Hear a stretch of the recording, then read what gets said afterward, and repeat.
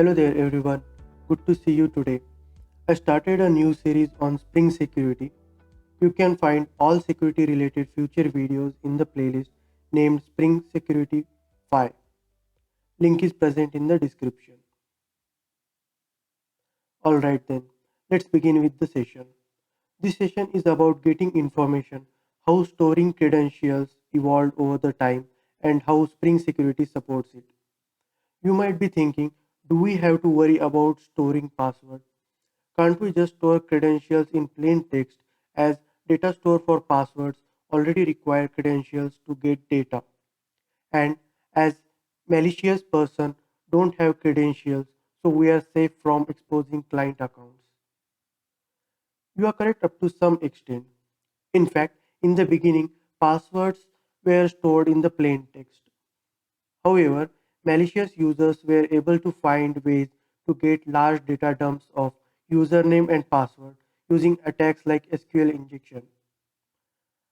As more and more user credentials became public, security experts realized we need to do more to protect users' password. In order to solve this problem, another approach we can think is encryption. That is, use private key, encrypt password and store it in database. And while authenticating user, decrypt password and authenticate user. Sounds good, right? Yeah, it's good but not good enough. We certainly added extra level of difficulty.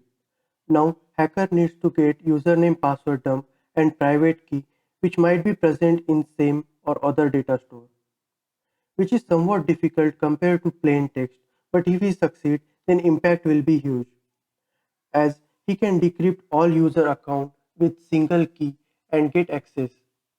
So encryption is also not that helpful.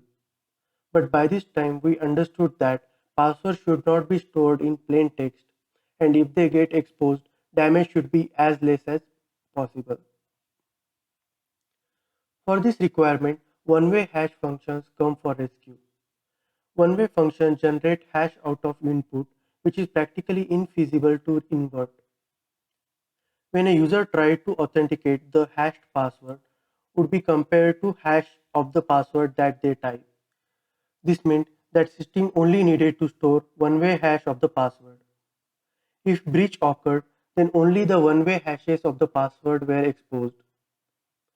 Since the hashes were one-way and it is computationally difficult to guess password from the hash, it would not be worth effort to figure out each password in the system. But as time passes, this approach does not bring success because to defeat this, malicious user decided to create lookup tables known as rainbow tables. So rather than doing the work of guessing each password every time, they computed the password once and stored it along with the hash in lookup table. Now hacker needs to just look up hash in this table to identify password. And also, if two or more passwords are same, then it exposes multiple accounts. To mitigate the effectiveness of rainbow tables, developers encourage to use adaptive hash functions and salted password. So what are these adaptive functions? In modern times, we realize that cryptographic hashes like SHA-256 are no longer secure. The reason is that modern hardware can perform billions of hash calculations a second. This means that we can crack each password individually with ease. Adaptive one-way functions are intentionally resource intensive. Here, resources refer to CPU memory. That is, we can configure work factor which informs how much time it will take to validate a password. It is recommended that work factor be tuned to take 1 second to verify a password. This is trade-off to make it difficult for attackers to crack the password but not so costly to put excessive burden on your own system. And these adaptive passwords needed to be used with salt. That is, instead of using just password as an input to hash functions, random bytes, also known as salt, would be generated for every user's password. The salt would be stored alongside the password in clear text. Then when user tried to authenticate, the hashed password would be compared to hash of the stored salt and password that they typed. The hash is different for every salt and password combination. that means rainbow table were no longer effective. So now let's move to lab to try hands-on. Now let's create application using Spring Starter project. Let's give it name Spring Security 1.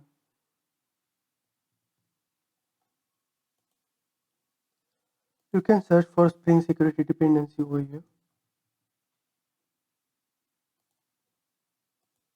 Click on finish. Now in order to limit scope of this tutorial, I will be using this test class which will generate hash value out of password and we will validate it. So let's write one method for sign up.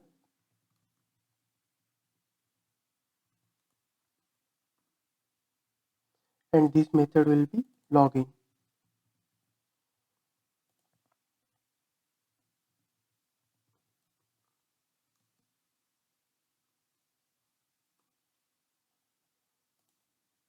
So during sign up, we will get encoder object,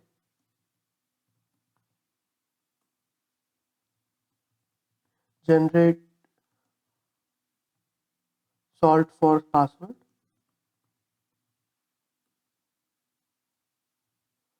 and store these values in data store.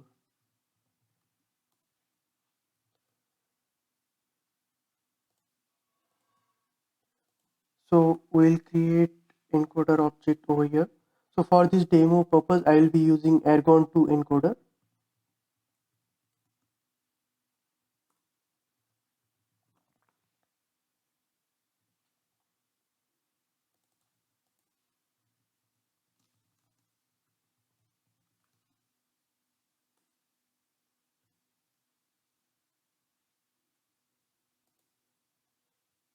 Now generate some random byte string for that password every time any user tries to do sign up.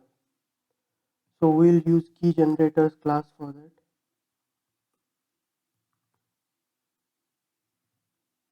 Generate key. Now if you look into this string method, by default it generates key of length 8 byte. But if we want a key of 16 byte, then we can just take this example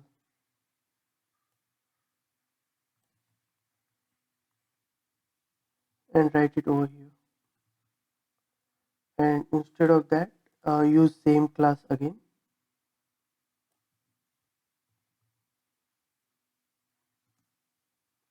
You can see there is one method which takes length of the key 16 and here generate key. So this one will give us the salt for given password which length is 16 byte.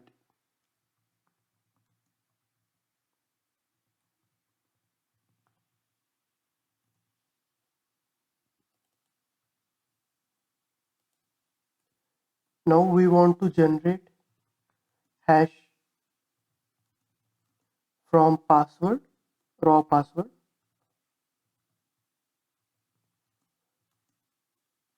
plus salt. So let's assume user entered password as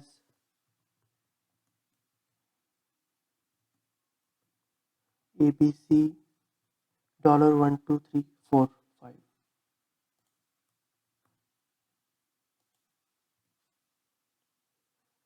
Then we will use this encoder dot encode. So this is raw password plus this 16 byte string, and we will store it in database.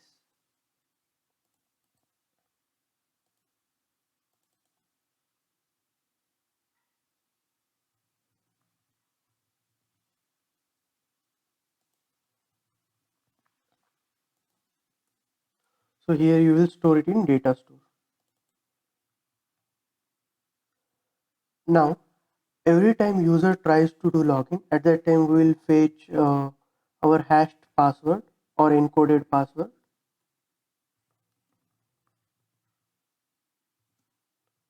salt for password from data store and validate with user entered password. So in order to do that, I will be using encoder instance, and here matches. So first, again we need to take user entered password plus salt generated for this password. Let me create this as field,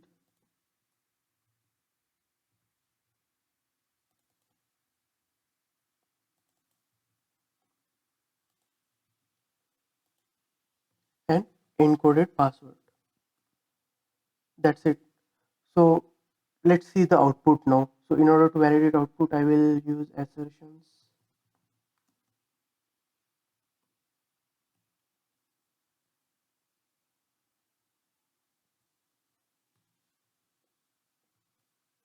Now let's start the timer to see how much time it will take to validate.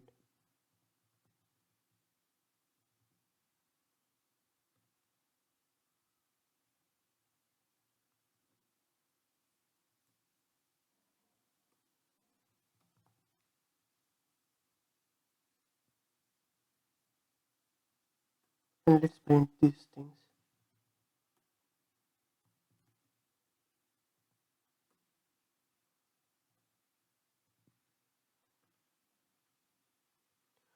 So first will be hashed password,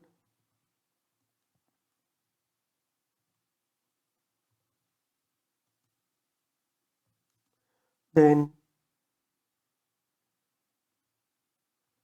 16-byte salt,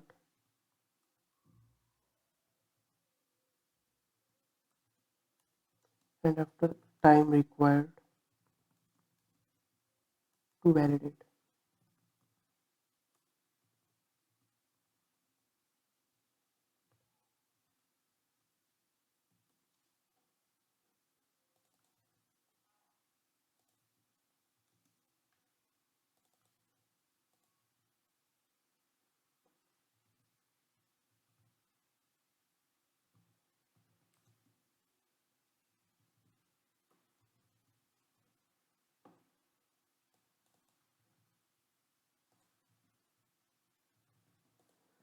Now our code is ready. In order to work this Argon 2 password encoder, we need to add one more dependency to our project, that is Bouncy Castle provider. So let me copy this and put it into POM file.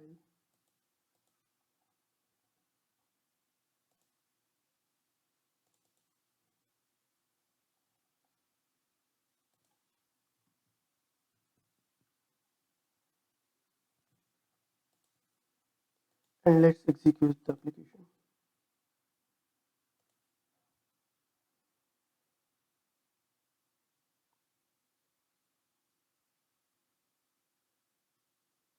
Now as we can see, our test case is passed. That means whenever user is trying to do login, at that time password matched with the hashed value. So as we can see, the hashed string will be like this, and this is the random salt which we have generated, and time required to validate is 49 milliseconds.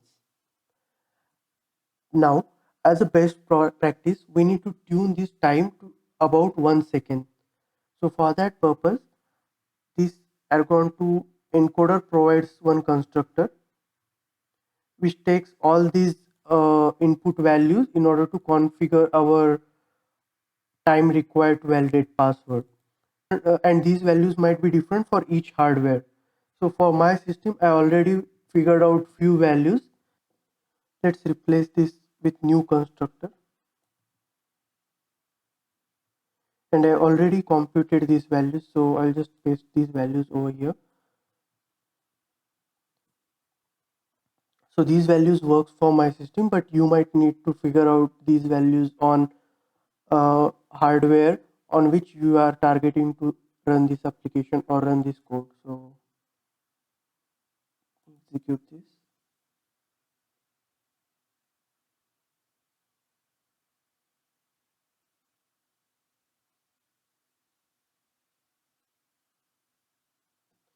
Now we can see it is 4312 milliseconds, which is equivalent to around 4 seconds.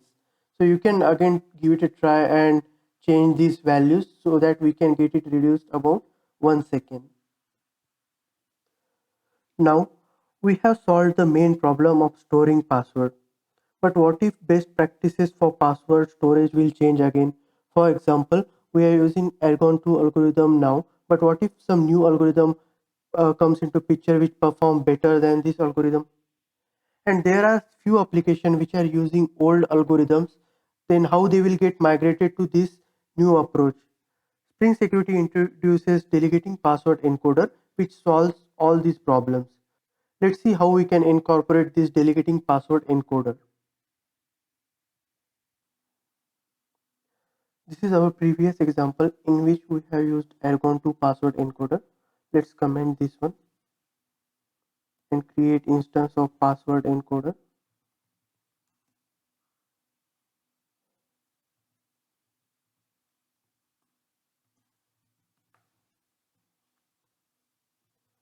Now, instead of using explicit Argon 2 encoder, you can use a factory class.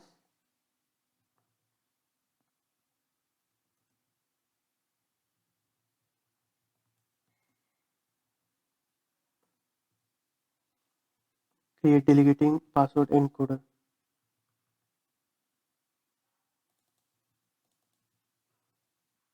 If we take a look in this factory method, then what we are doing, we are just initializing all algorithms available currently into one map and create one delegating password encoder out of it.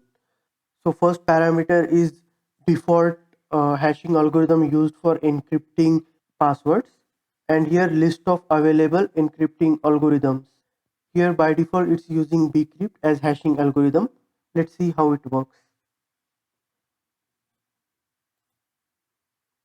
If I execute this test,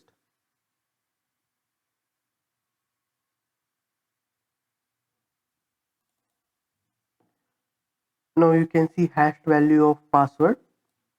Also we have generated salt as per our previous example. It took 105 milliseconds to validate password using bcrypt one-way hash function. Now when we will store it in database, it will get stored along with this algorithm used and hashed value of password.